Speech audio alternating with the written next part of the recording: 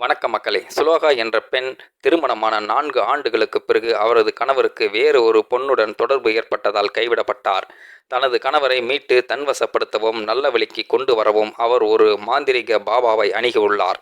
அந்த பாபா கணவரை வசியப்படுத்த வேண்டுமென்றால் ஒவ்வொரு செவ்வாய்க்கிழமையும் தனது குடிலுக்கு வந்து பூஜைகளும் சடங்குகளும் செய்ய வேண்டும் என்று சுலோகாவிடம் கூறியுள்ளார். கணவரை மீட்டெடுக்கும் நம்பிக்கையில் சுலோகாவும் அந்த பாபா கூறிய சடங்குகளையும் செய்து வந்துள்ளார். ஆனால் சில நாட்கள் பூஜைகளுக்கு பிறகு அவரது கணவர் கட்டுப்படவில்லை. மாறாக சுலோகாவே அந்த பாபாவின் முழு கட்டுப்பாட்டிற்குள் சிக்கியுள்ளார். கர்மா வினைகளை கழிப்பதாக கூறி அந்த பெண்ணை கோவிலுக்கு வரவழைத்து பாபா இழிவான செயலில் ஈடுபட்டு உள்ளார்.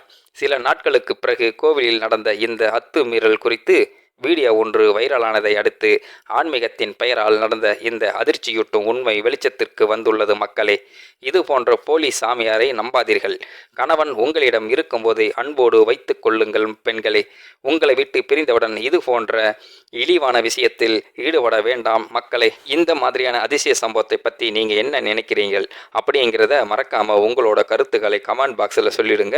முடிந்த அளவுக்கு இந்த வீடியோவை மற்றவங்களுக்கும் ஷேர் பண்ணுங்கள். கூடவே நம்ம சேனலையும் சப்ஸ்கிரைப் பண்ணி விடுங்க.